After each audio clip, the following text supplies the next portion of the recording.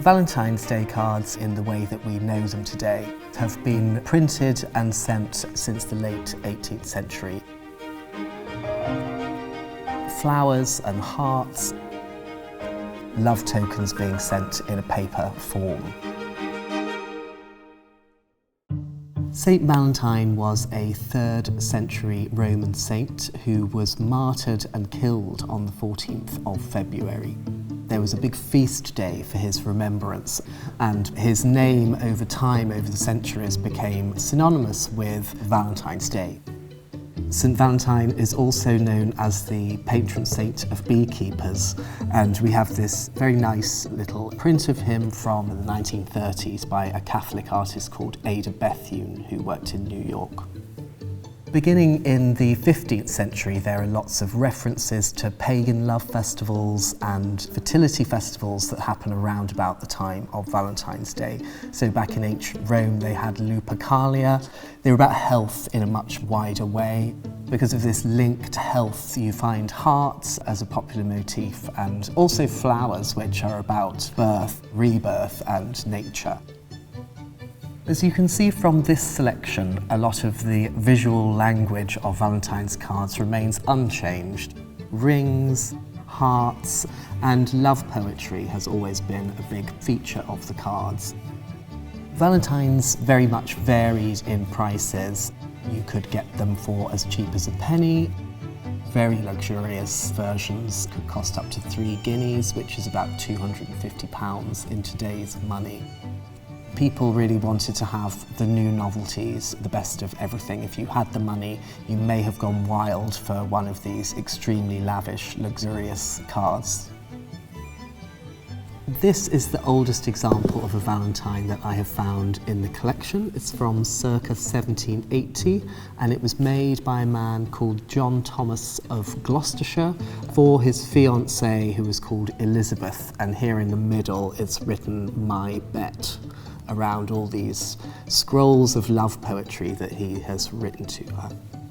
So this is all hand painted, and when you really zoom into the detail, you can just see how incredibly fine it is, all of this dot work and the range of colours that have been used.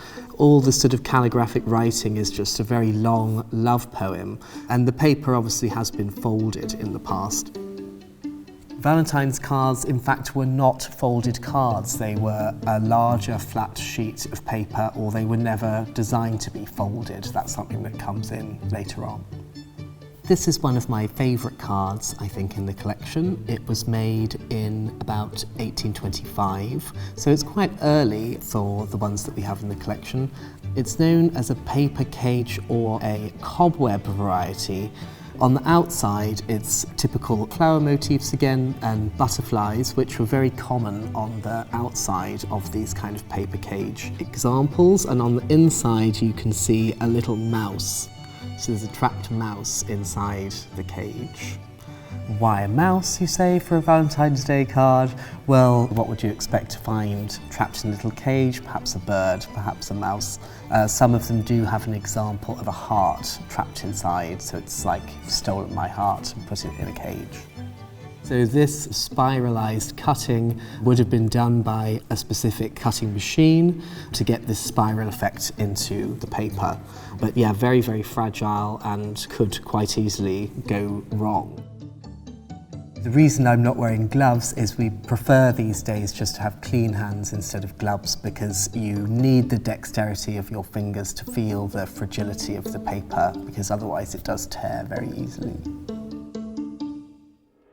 We have a large number of novelty cards in the collection which have various different things stuck onto them in a collage way.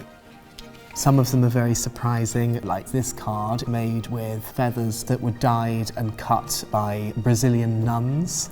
Lots of them have artificial flowers or built up three-dimensional elements, like stones and false gemstones. And as the 19th century goes on, we see a huge amount of different types of paper craft with embossing and paper lace, and then all kinds of little novelty things in here. So this one has a mirror underneath and it says "a pleasing reflection," and when you lift it up there's a tiny mirror. With this painting set, they're going to do a portrait of their lover and a passion flower here. This one has a little envelope which says the dread of all young ladies. When you open up this envelope, it says inside to be an old maid. So this is a very old-fashioned joke, but a lot of them do have these sort of spinster jokes about them in the 19th century. Here we have this really fantastic owl who has real feathers for his tail. There's lots of birds that are synonymous with love, lovebirds and doves, etc. I think one of my favourites is this pigeon, which is imploring their lover to stop smoking. So it says, "I wish you would leave off that habit of smoking," but it's a pigeon talking to a chimney. As these would have been produced in quite large number, they would have been relatively inexpensive to buy. But anything that has extra embellishments would have been more expensive again. So this is an example by Rimmel, who would still be known to a lot of people today as a perfumer and makeup company.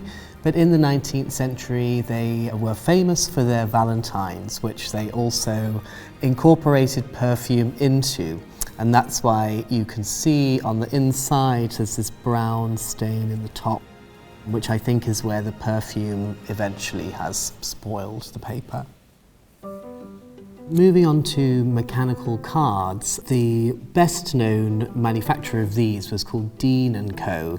This one that we have in front of us, we do not know who the maker of it was, but it works in this sort of common way of having this concealed stick of paper which causes something to move in another part of the card. So if I pull this stick down, you can see that in the looking glass above this sleeping woman, the image changes, and then the little line of verse is about her dreaming about who her future husband will be until we get to this little marital scene. But this one is particularly interesting because on the reverse we discovered that there was a portion of a love letter, and I was going through the different cards. There's another card that we have here that has another piece of the letter on the back of it. It's been written from someone in Spain to someone in Britain, and it says, "Oh, I'll bolt when I can to my lover again and dance and sing in sunny merry Spain." These are two more examples of mechanical cards. This one, it's inscribed at the bottom 1865, and you can see from where people have touched the paper that it has been sort of quite well used in the past, but it still works quite nicely. And if I just gently pull down on this stick, then a valentine pops out from behind her little garland of flowers, and her head moves to one side questioningly.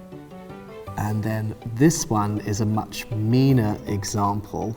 It's written on the back Brighton 1922, but I think that's when the donor bought it. It's not when it was made. This one, as you can see, it's quite faded, but it's quite a shock underneath. So you've got this sort of egg shape with a collar, a bit like a Humpty Dumpty, and it says full dress. But then when you pull down this one, it has like a boar's head, and it says for a pig.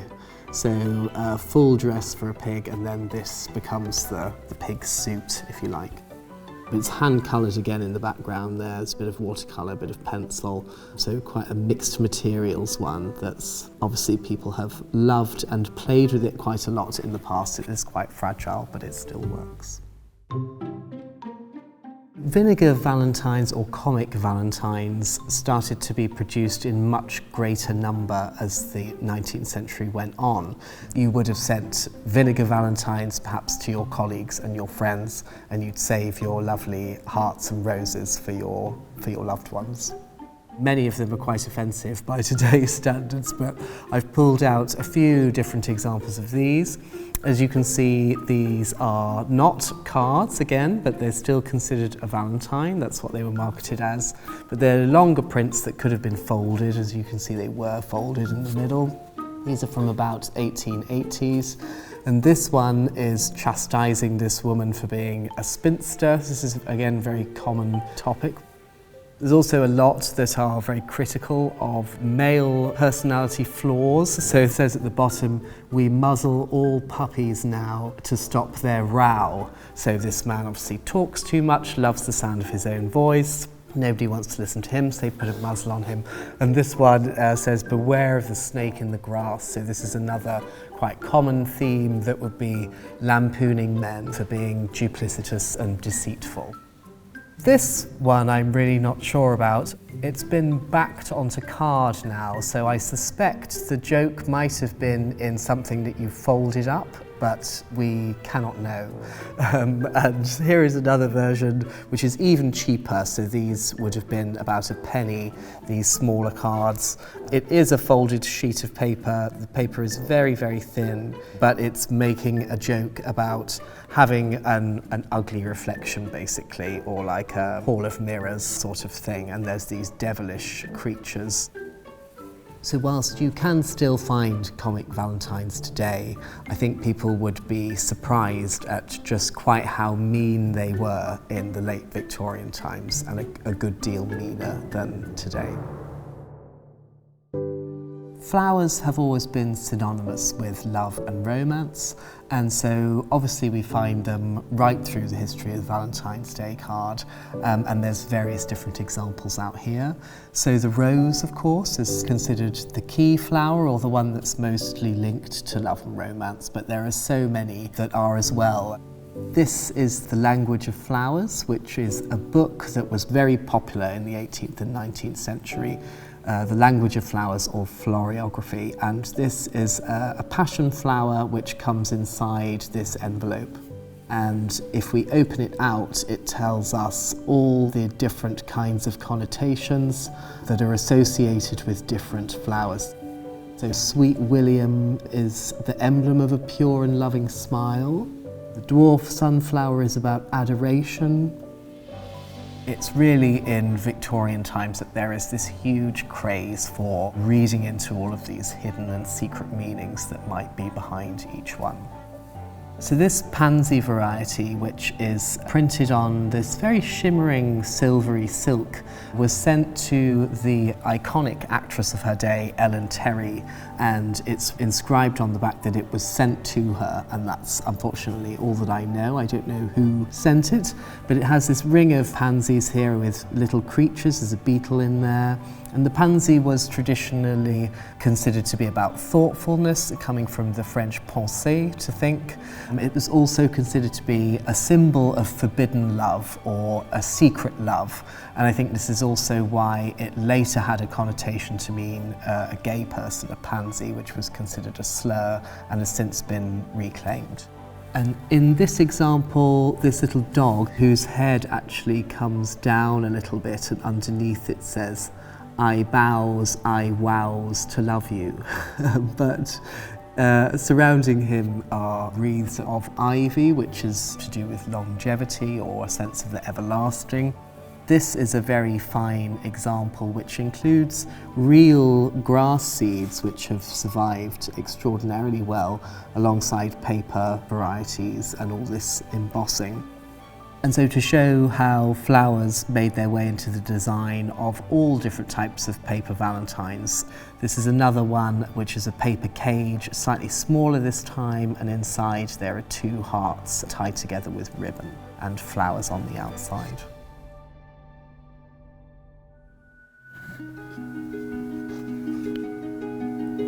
The V&A is still collecting valentines. Because we have such a large range of examples over hundreds of years, now we just try and collect really, really special examples. Like this one, which is made of ceramics by Majolica Works, and it's a really great example of an artist's valentine, quite uniquely crafted and more a work of art than simply just a card. So I'm going to take it apart for you here now. It comes apart into 3 pieces, like so, leaving behind its little heart in there, which says desire on it. So this is another really special example of an artist's Valentine's card, and this is made by the artist Janet Davis. Using very different materials again. We've got this red velvet heart in the middle and mosaic on the outside, And then if we open it up, it's embossed again, but into this copper rather than into paper. This love message about the circuitous nature of love and that love is a bit like a maze.